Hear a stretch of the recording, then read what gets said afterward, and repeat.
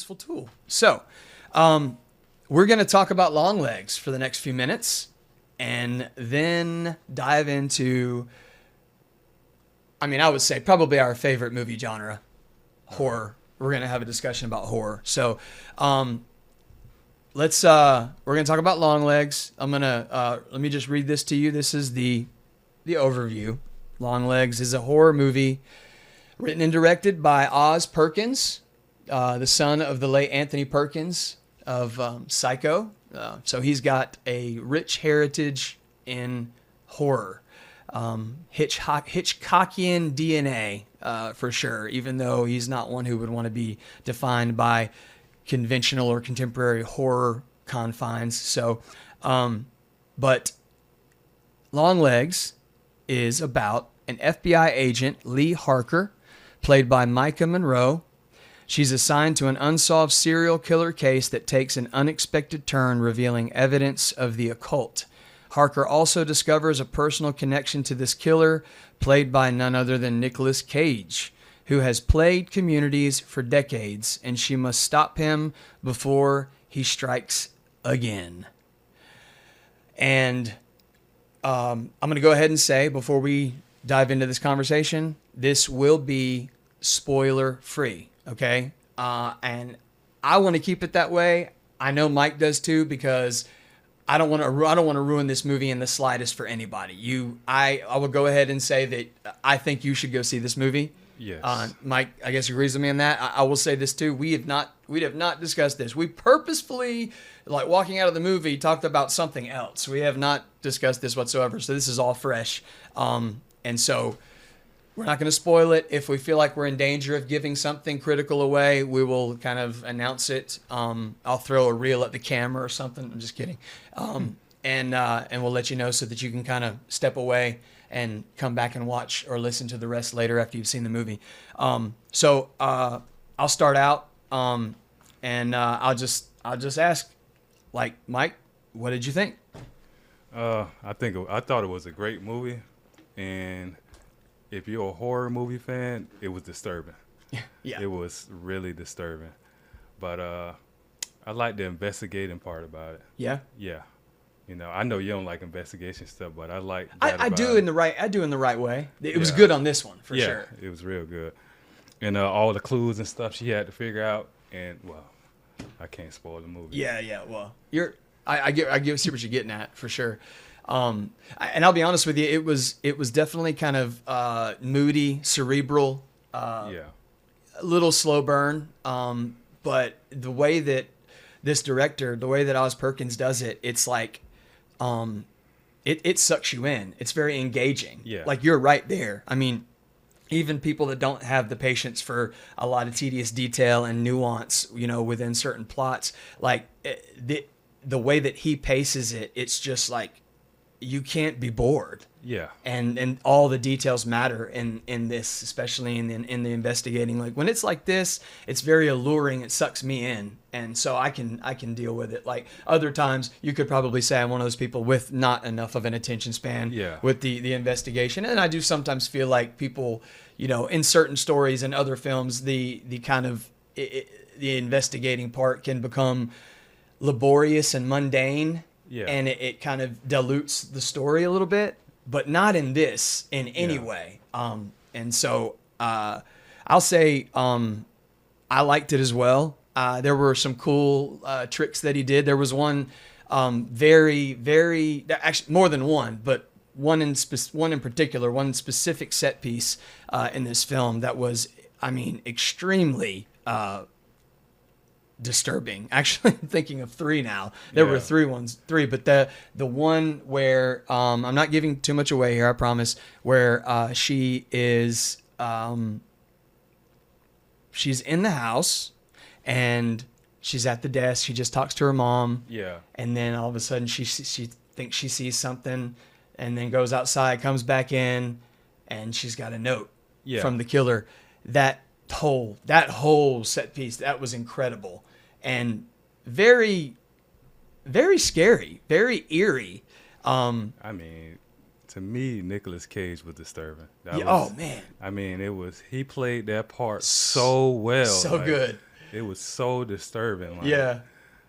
I mean, he's a good actor. It was crazy too because what was really neat about this movie and him in this movie is you could not separate, classic Nicolas Cage from the role. Yeah. Yet it fit in perfectly for this very psychotic killer character. Yes. Like it fit perfectly with it. And it's like, so I had such an appreciation for the, certain undertones of that were clearly just Nicolas Cage through and through, but the way that they fit in and were used for this character, like it was perfect. He was channeling something. And I like how they always go back to the supernatural, like, you know what I'm saying?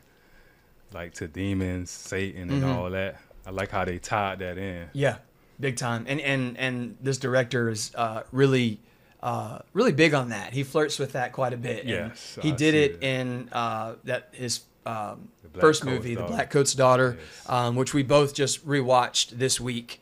And man, that was something else. Like it just he made it. He made his mark with that one. You could know from then on that this was a director to look out for, and he's done it again with Longlegs. I would say also about the performances. Did you like the performances? Yeah, the performances was good. They were great. I mean, and let's say this as well. Nicolas Cage, he was not the only eerie part. The mother, oh my God. Yeah, that caught me off guard. I mean, she was crazy as hell. Yeah, that caught me off guard. That caught me off guard, and her performance was incredible. And I'm usually on point with actors and actresses' names, but her name is escaping me right now.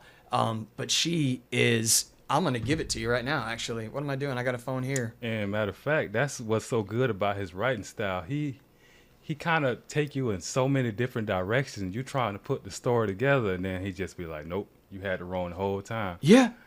I mean, he does that a lot. I mean, like, yeah, it has you tripping, like. Yeah. You didn't see it coming at all. Didn't suspect that. Yeah, and you couldn't have predicted it at all. Yeah. And we're not giving it away. We're not going to tell you. We're not, as much as you may want to know. We're not going to tell. And don't go on and read about it. You're going to spoil it for you. Believe me, it's worth it. You want the experience. You want the turn. You want the twist. It pays off in the end. But the character I'm talking about is the mother, and she's played by Alicia Witt. I haven't actually seen her in much for a while, but she came on strong in this role. She was great, Alicia Witt. And then of course Kiernan Shipka, who was in Black Coat's Daughter as well. She was in one scene, and oh my gosh, she was scary as hell too.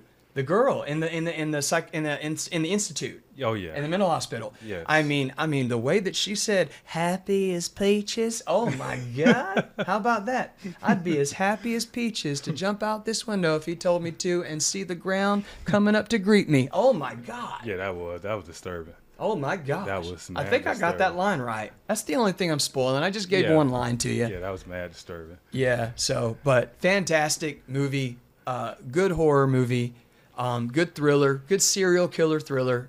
And so, I mean, we got to be fair. So we'll say trying to think of what I didn't like about it. One more thing that I did like about it. I loved what he did going from 4x3 letterbox to 16:9. Yeah. In more than one place in the movie. Yeah. I think that added a lot of effect. It made what he was trying to do a whole lot more effective. I'll just put it that way. So, let's see. What did you dislike about it? Did you think of anything? Can you think of anything that just? It's not going to be much. I'll tell you that, because I thought it was an excellent movie.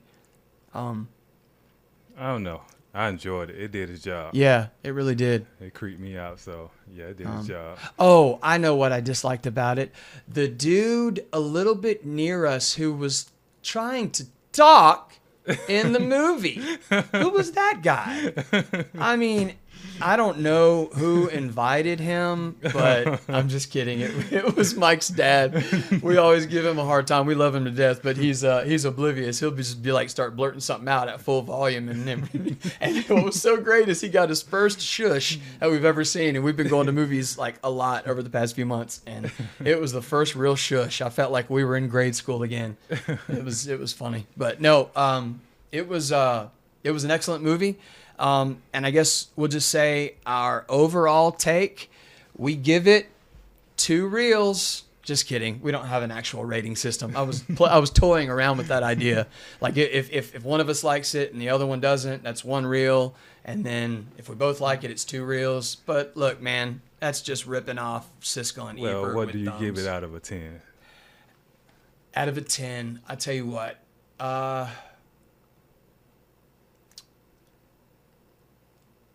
gonna give it a 9. I'm gonna give it a 9. I'm gonna give it a hard 9. All right, I'm gonna give it an 8. Okay. All right. So you can see it's a good movie. I was gonna say 8.5, but I rounded up. You know what I'm saying? Man, wow. So Longlegs, go see it.